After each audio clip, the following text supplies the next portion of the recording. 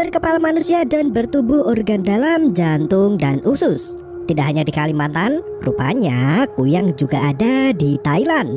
Tak hanya satu jenis, di Thailand ada dua jenis putih atau kuyang, yaitu Krasue dan Krahang. Mereka percaya bahwa putih adalah manusia yang terkena kutukan atas dosa-dosa mereka di kehidupan sebelumnya. Krasue diyakini terlibat dalam berbagai dosa dan perilaku curang. Setelah meninggoy, dosa-dosa itu menyebabkan ia dilahirkan kembali sebagai putih yang memiliki hidup susah, terbuang, dan membusuk. Berikut ceritanya.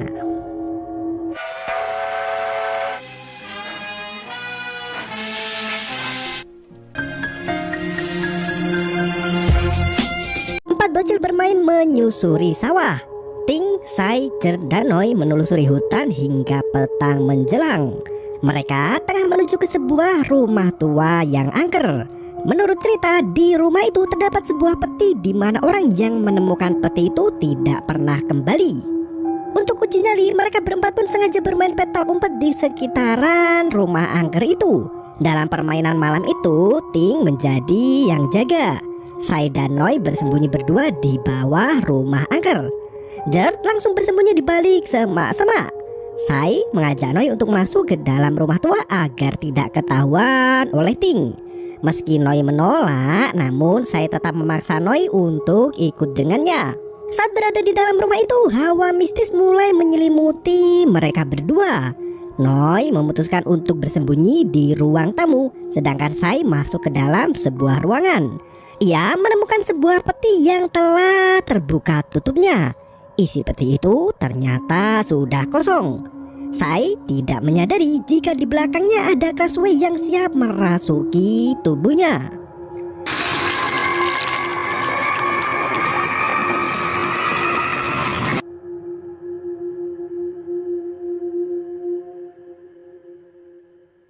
Tahun demi tahun berlalu, kini empat bocil itu sudah menjadi dewasa. Pagi itu, Sai terbangun dari tidur lelapnya. Ia melihat bercak darah di spray kasur. Darah itu bukan darah menstruasi, apalagi dari selaput anu. Sai segera membersihkan bercak darah itu dengan kain basah. Ia bergegas menuju ke rumah sakit sementara. Di depan rumah sudah ada Jert yang menunggu. Teman masa kecilnya itu setia menunggu Sai kemanapun ia pergi. Nampaknya Jert suka dengan Sai. Setting film ini dibuat pada tahun 1944 ketika Perang Dunia II tengah berlangsung. Kala itu, Jert ingin menjadi tentara, sedangkan Sai bercita-cita menjadi seorang perawat.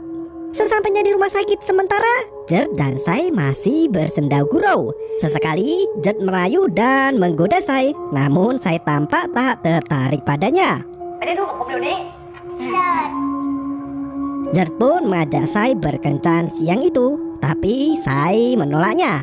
Ia punya firasat akan ada yang berobat ke rumah sakit itu. Siang harinya seorang pasien anak laki-laki datang tertusuk pecahan kaca. Entah jatuh atau kepleset, orang tua anak itu memperingatkan Sai dan Jert bahwa semalam ada Krasue yang memangsa ayam mereka. Warga diperingatkan untuk lebih waspada. Semua orang diminta untuk menutup jendela dan pintu rumahnya saat malam tiba. Setelah memberikan informasi itu, pasien dan keluarganya undur diri. Sai kembali bekerja mencuci dan merapikan alat-alat medis. Jert kembali menggoda Sai, namun Sai justru mengatakan bahwa dirinya merindukan Noi. Ya, cinta segitiga antara Jert, Sai, dan Noi pun dimulai. Jert terlihat sangat cemburu dengan Noi. Bahkan ketika Noi sudah berada di tempat jauh, Sai masih saja memikirkan orang itu. Waktu berganti, malam itu Sai makan di pendopo rumahnya bersama ayah dan neneknya. Sang nenek kembali memperingatkan tentang teror Krasue.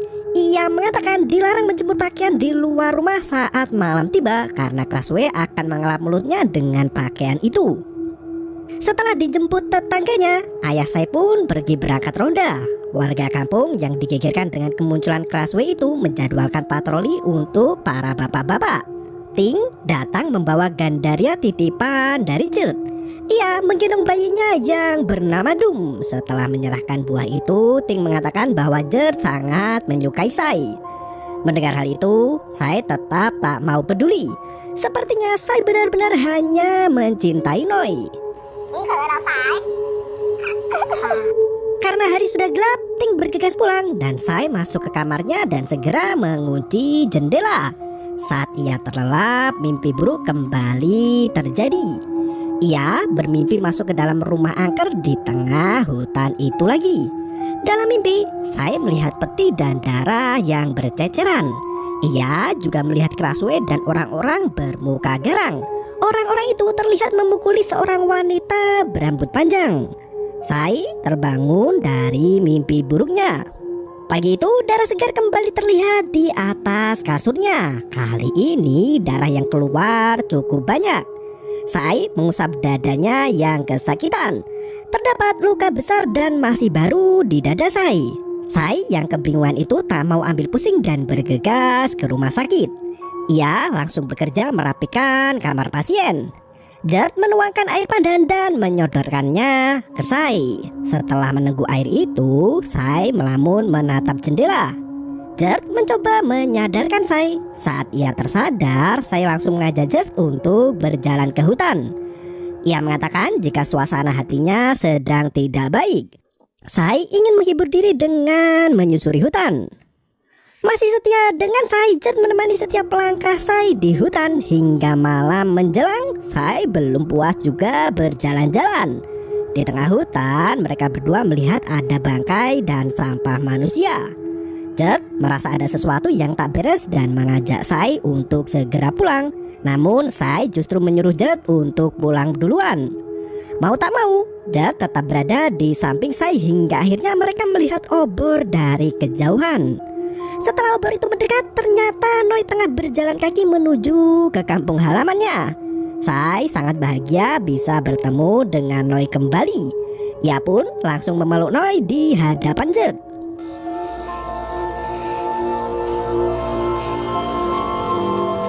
Gert sangat cemburu, namun dengan sekuat tenaga Gert menyembunyikan rasa cemburunya itu. Ternyata Noi tidak sendirian. Ia berjalan bersama dengan kelompok pemburu hantu. Kelompok itu mengaku berasal dari desa Salaya. Mereka terpaksa meninggalkan desa karena ulah Krasue. Desa Salaya kini telah menjadi desa mati.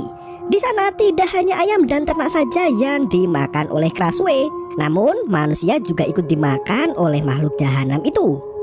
Tat, ketua kelompok pemburu Krasue itu menawarkan untuk membantu memburu Krasue. Dalam negosiasi itu, Tat menjelaskan seberbahaya apa Krasue itu. Selain bisa memakan manusia, Krasue juga sangat menyukai bayi yang baru lahir. Bahkan jika ada perempuan yang meminum air bekas Krasue, perempuan itu akan menjadi Krasue baru. Namun jika yang meminum itu laki-laki, maka laki-laki itu akan menderita kesakitan yang sangat hebat. Ia pun menunjukkan bukti beberapa kepala Krasue yang berhasil diringkus. Dengan bantuan Noi, akhirnya mereka boleh tinggal di desanya itu. Adegan berganti. Di rumah sakit, Noi terlihat sedang berduaan bersama Sai.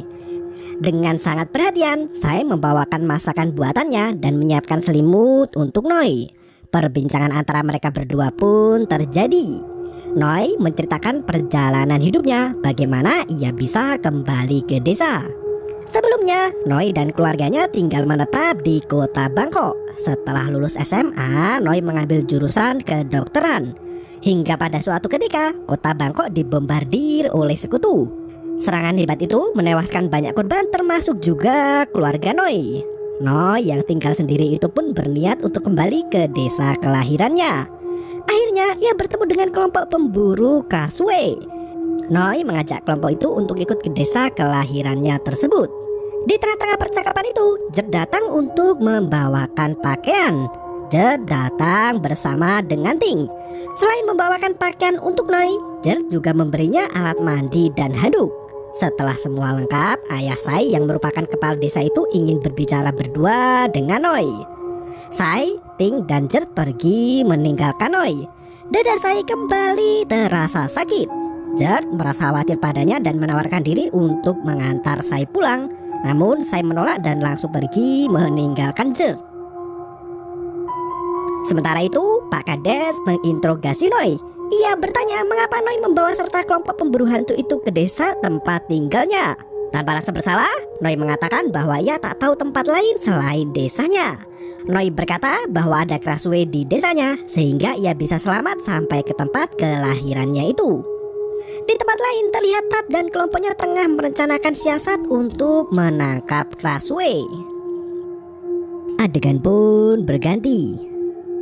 Hari sudah pagi. Sai kembali terbangun dari mimpi buruknya. Ia tiba-tiba memuntahkan potongan daging dan darah.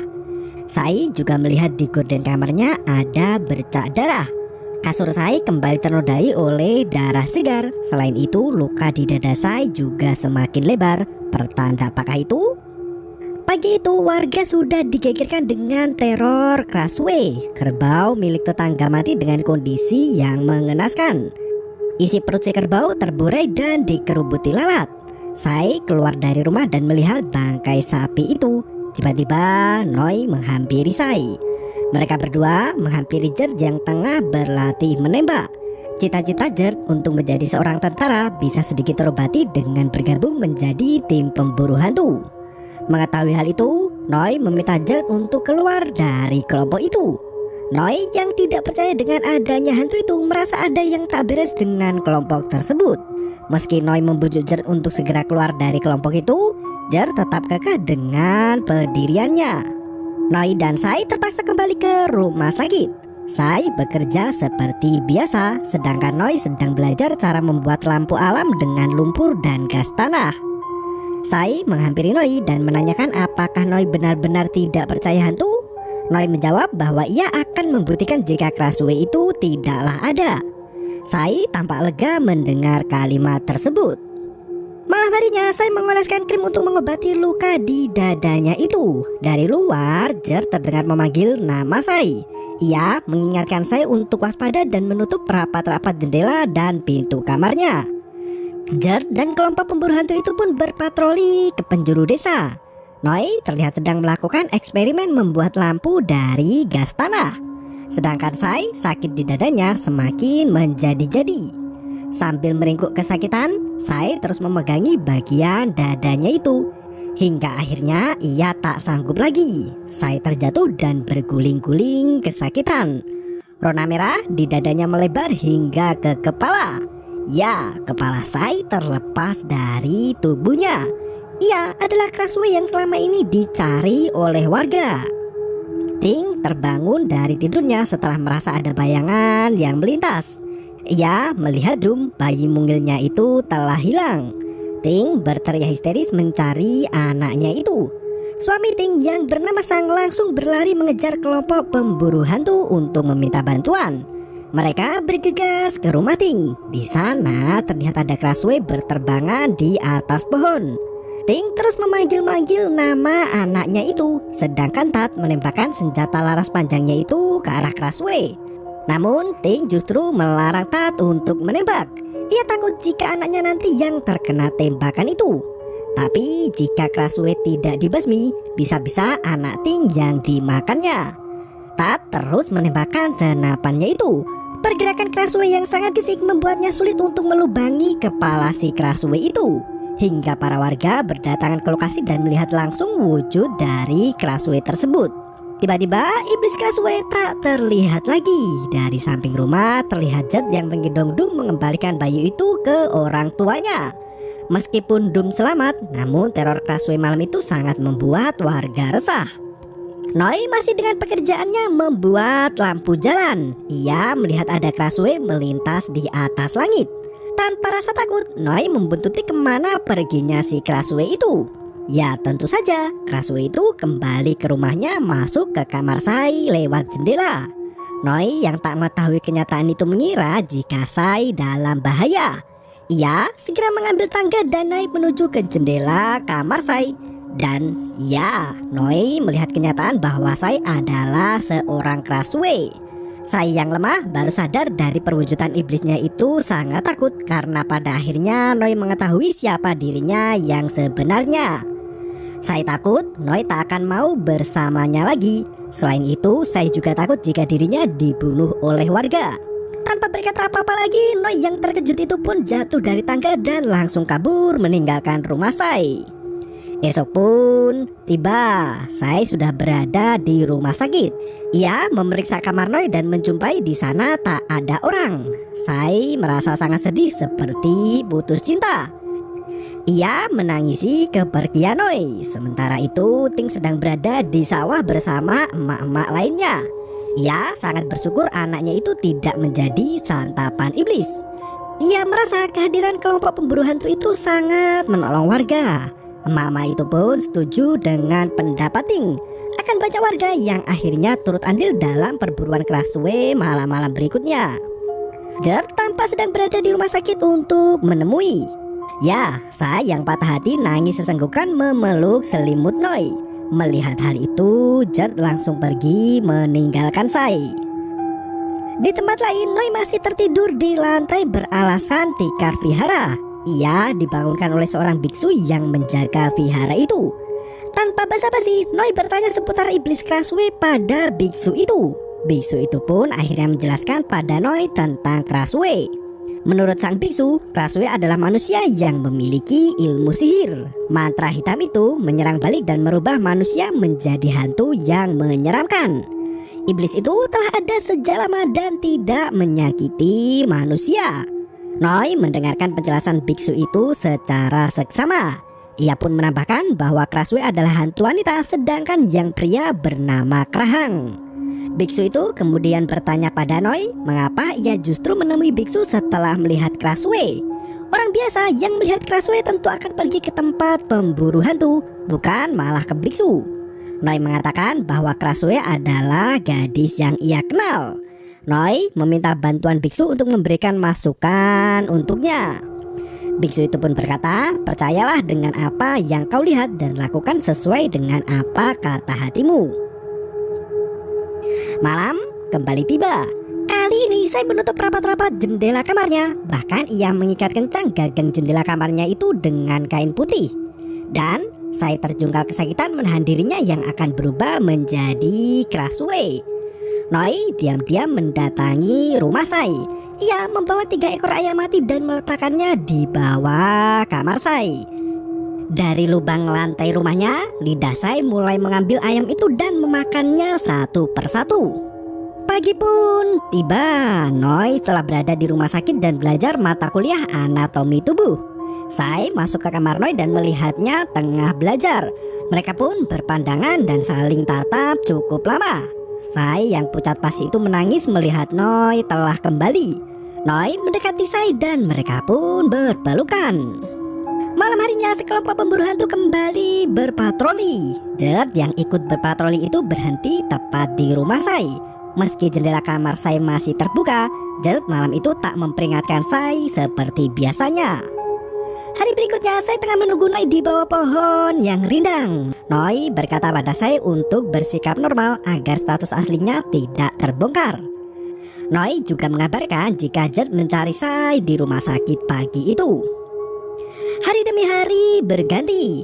Noi dengan setia terus menyediakan ayam untuk dimakan iblis tercintanya itu. Sedangkan Jer setiap malam melakukan pencarian bersama Tat dan kelompok pemburu hantunya. Noi dan Sai terlihat semakin mesra. Mereka selalu bersama dan berduaan. Tat dan tim pemburu hantu merasa heran dalam sebulan terakhir Krasue tidak terlihat mencari makan. Malam harinya Noi kembali menemui biksu. Karma masa lalu iblis membuat mereka hidup bergentayangan untuk membayar perbuatan buruk mereka. Mereka dikutuk dan bersembunyi takut dimangsa. Sembari biksu itu menerangkan, Noi terus menyimak dengan sesekali mencatat hal penting. Biksu itu menjelaskan bahwa ada tanaman herba Krasue. Tanaman itu dapat menghentikan transformasi tubuh Krasue. Mendengar hal itu, Noi pergi ke hutan untuk mencari tanaman herba Krasue itu. Pagi menjelang, Noi dan Sai bekerja seperti seorang dokter dan perawat. Pasien anak perempuan tiba dengan keluhan flu. Saat mereka asyik bergurau sambil memeriksa si pasien, Jer datang dan memberikan jus buah maja untuk Sai. Ia pun meminum sedikit jus itu dan meletakkannya di atas meja. Sai harus menyingkirkan kasa bekas seka itu di belakang. Tanpa bertanya dulu, Keo si pasien itu meminum jus buah maja milik Sai. Malam harinya Keo mengerang kesakitan. Dari dadanya timbul luka berwarna merah dan menjalar hingga ke kepala. Sambil berteriak kesakitan, orang tua Keo meminta pertolongan. Tim pemburu hantu menyambangi rumah mereka. Terlihat Keo sudah menjadi kuyang dan bersembunyi di bawah meja. Tat memancing hantu anak kecil itu agar keluar dari kolong meja. Tat menjilati cicak hidup untuk menggoda si Krasue kecil itu. Saat Keo menjulurkan lidahnya, Tat langsung mencengkram lidah anak itu dan menariknya. Namun ternyata kekuatan Krasue tidak dapat diremehkan. Tat memberi kode pada anggotanya untuk menembaki meja itu. Tembakan bertubi-tubi dilepaskan ke arah meja hingga meja itu pun hancur. Ibu Keo pingsan. Ia tak kuasa melihat adegan malam itu. Tat mencengkram jantung Krasue dan meremasnya hingga darah keluar dari jantung itu. Pagi harinya jasad Keo dikremasi. Di lokasi itu terlihat para warga datang melayat. Tat mulai menginterogasi orang tua Keo. Mereka mengatakan bahwa sebelum berubah menjadi kuyang, Keo sakit dan pergi ke rumah sakit untuk berobat. Mendengar hal itu, Tat sudah mengetahui bahwa Sai pelakunya. Sai yang ketakutan bersembunyi di balik punggung Noi dan ayahnya, sedangkan Gert menatap dengan penuh cemburu. Waktu berlalu, Noi dan Sai sudah berada di rumah sakit. Sai merasa bersalah dengan kematian Keo. Ia menangis histeris hingga melempar gelas ke tanah. Noi sangat iba mendengar tangisan Sai. Akhirnya mereka berdua berjalan menyusuri hutan untuk melepas kesedihan.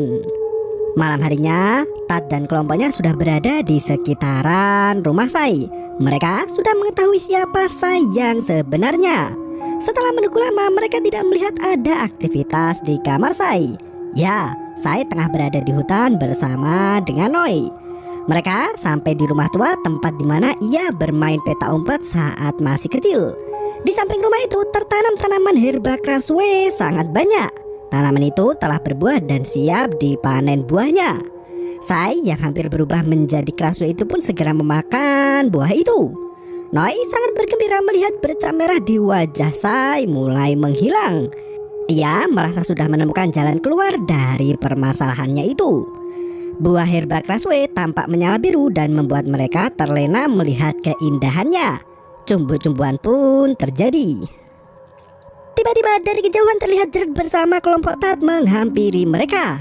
Gert yang cemburu buta melihat adegan tadi langsung emosi dan memukuli Noi. Sai bergegas lari menyelamatkan diri. Tat dan kelompoknya segera mengejar Sai. Mereka masuk ke dalam rumah angker itu. Di sana Sai sudah menyiapkan diri. Ia merubah dirinya menjadi Krasue. Dengan lidah panjang dan kuat, ia berhasil membunuh 2 anggota pemburu hantu. Lagi-lagi Tat gagal menangkap Krasue. Krasue itu kabur dari jendela rumah angker itu. Saat Tat akan menembak senjatanya ke arah Sai, Gert menghalanginya dan tembakan pun meleset. Tat yang kecewa melampiaskan amarahnya pada Gert. Ia melempar Gert hingga menghancurkan dinding rumah tua itu. Dan Gert pun jatuh pingsan. Noi berjalan menyusul Sai. Ia menemukan Gert pingsan di tanah. Ketika Noi sedang membangunkan Gert, ia melihat Krahang dan Krasue sedang berterbangan di pepohonan. Krahang itu tampak mengejar Krasue. Pertempuran 2 iblis itu membuat angin berhembus kencang hingga daun berjatuhan. Sai berhasil menyelamatkan diri dari Tat dan kembali ke tubuh manusianya lagi. Ia terbangun di samping peti rumah tua itu. Noi kembali untuk memeriksa Gert, namun Gert sudah tak ada di sana. Noi segera masuk ke dalam rumah tua itu dan ia menemukan Sai lalu membawanya kembali ke rumah. Pagi pun tiba. Entah mendengar kabar apa, ayah Sai bergegas pergi bersama 2 tetangganya. Dari kejauhan terlihat Sai dan Noi mengedap-endap masuk ke rumah. Sai segera menyimpan buah herba Krasue dan menyembunyikan sarung milik Noi di kolong tempat tidurnya. Sementara itu, ayah Sai sudah berada di markas kelompok pemburu hantu. Terlihat banyak warga yang meninggoy, bangkai manusia dan darah berceceran di sana. Semua saling mencari sanak saudara. Semua korban meninggoy dengan kondisi isi perut yang berhamburan. Sang biksu pun terdiam melihat hal itu. Tat terlihat membawa jasad Gert yang masih pingsan. Ada luka lebar di pipi kanan Tat. Ia menjelaskan bahwa semalam ada Crashway yang menyerangnya. Iblis wanita yang ia hadapi itu menyebabkan wajahnya luka parah. Ia juga menegaskan bahwa Crashway itu telah membunuh para anggotanya. Ayah Sai bertanya pada Tat siapa Crashway itu sebenarnya. Tat mengajak semua orang untuk menggeruduk rumah si Crashway tersebut. Mendengar hal itu, Noi segera berlari menuju ke rumah Sai. Namun perjalanannya terhenti ketika ia merasakan sakit yang sangat parah di dadanya. Sai yang berada di kamarnya itu menyadari jika herba Crashway-nya telah hilang. Ia memanggil neneknya untuk mencarikan makanan itu, sedangkan Tat dan semua warga tengah berbondong-bondong menuju ke rumah Sai.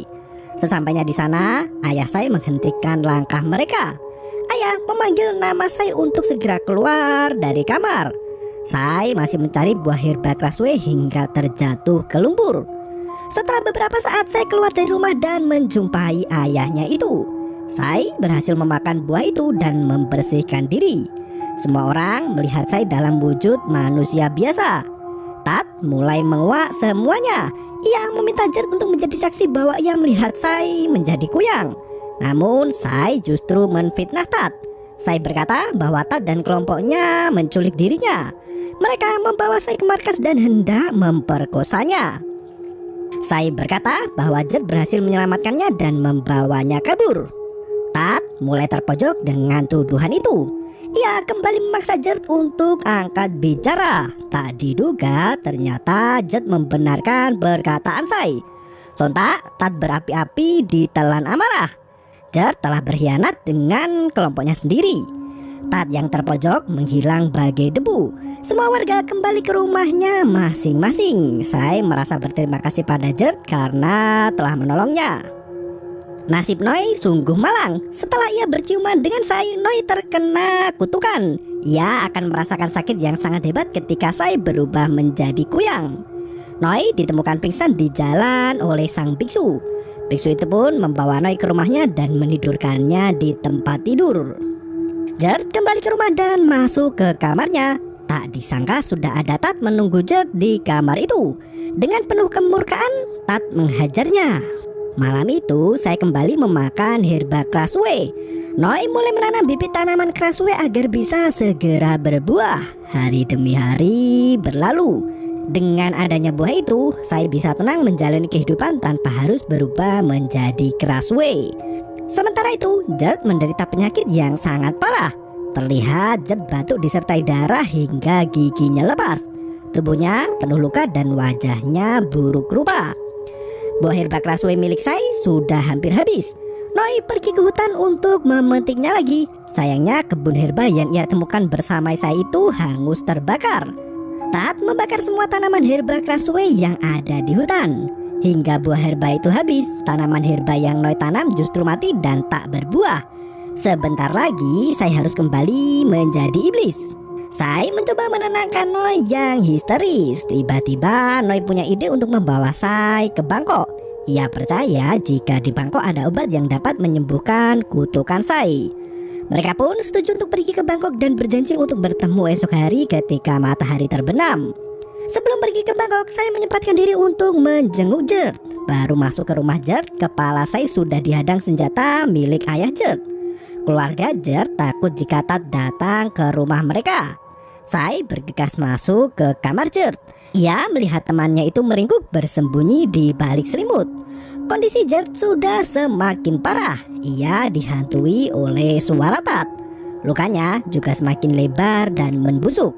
Mendengar Sai datang, Jert merasa sangat senang namun juga takut dirinya dijauhi. Malam itu Jert menjelaskan pada Sai apa yang selama ini terjadi padanya. Jert telah lama mengetahui jika Sai adalah Crashway. Ia sengaja bergabung dengan tim pemburu hantu untuk membelokkan perburuannya. Jert mengelabui satu kelompoknya demi menyelamatkan Sai.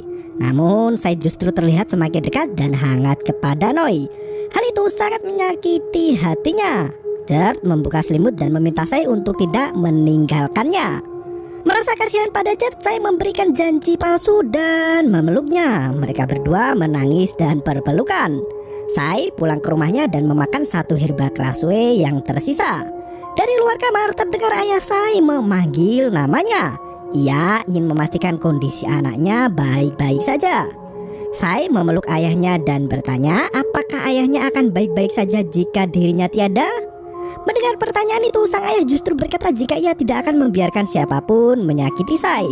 Tangis Sai pecah mendengar jawaban dari ayahnya. Esok hari pun tiba. Noi berpamitan dengan biksu yang selama ini membantunya. Di pertemuan terakhir itu, sang biksu menjelaskan bahwa pada zaman dulu Krasue adalah istri pertama Krahang. Krasue jatuh cinta dengan manusia hingga ia pun hamil dan kabur bersama manusia itu. Tapi Krahang menemukan mereka lalu membunuh manusia tersebut.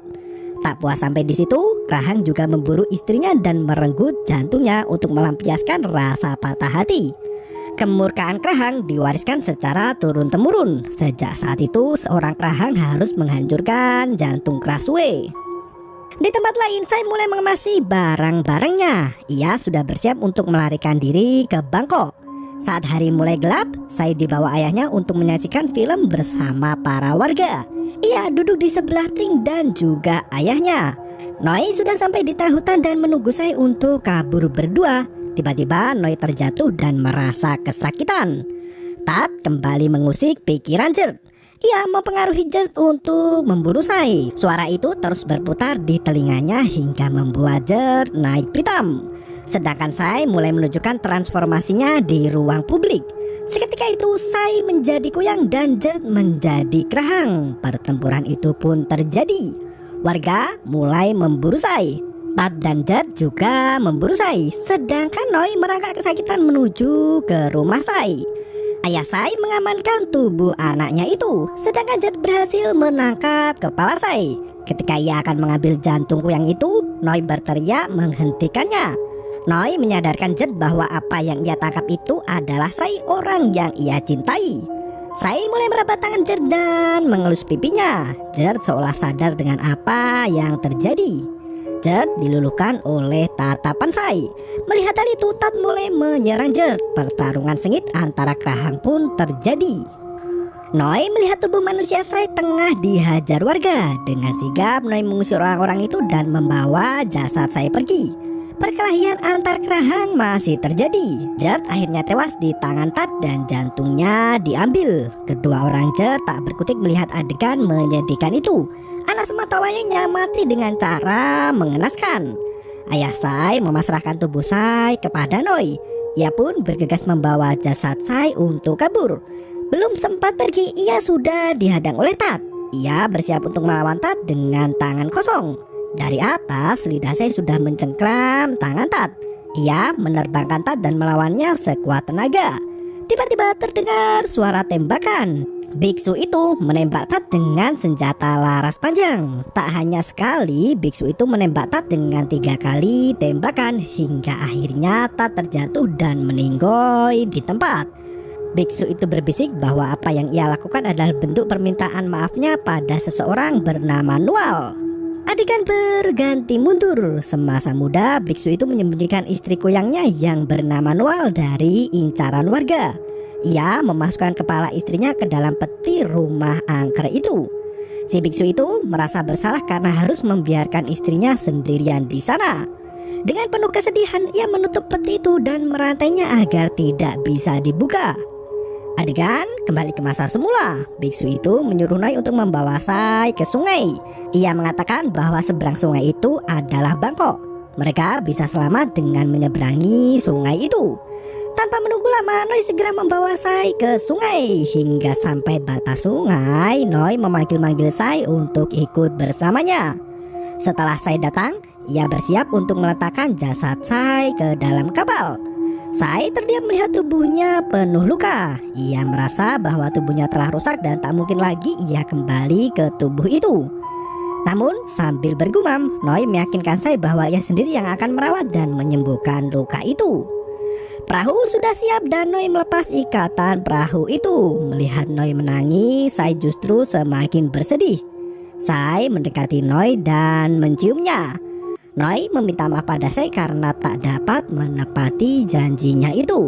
Saat perahu menjauh, kepala Sai ditembak oleh ayah Jert dan warga desa. Ayah Gert murka pada Sai pasca anaknya meninggal. Melihat hal itu, Noi berlari ke arah Sai. Flashback kembali melengkapi akhir film. Terlihat kenangan Sai, Ting, Noi dan Gert dari masa kecil hingga dewasa. Hingga di akhir film, Noi berjanji untuk membawa mereka bertiga jalan-jalan ke Bangkok. Sai dan Gert pun setuju. Mereka melingkari jari kelingking tanda ikatan janji dan film pun berakhir. Film horor yang berbau drama romantika cinta segitiga, pengorbanan yang diselimuti kesedihan hingga berujung pada kehampaan. Seperti pada judul filmnya, cerita diakhiri dengan sosok inhuman atau bukan manusia yang mencium seorang manusia.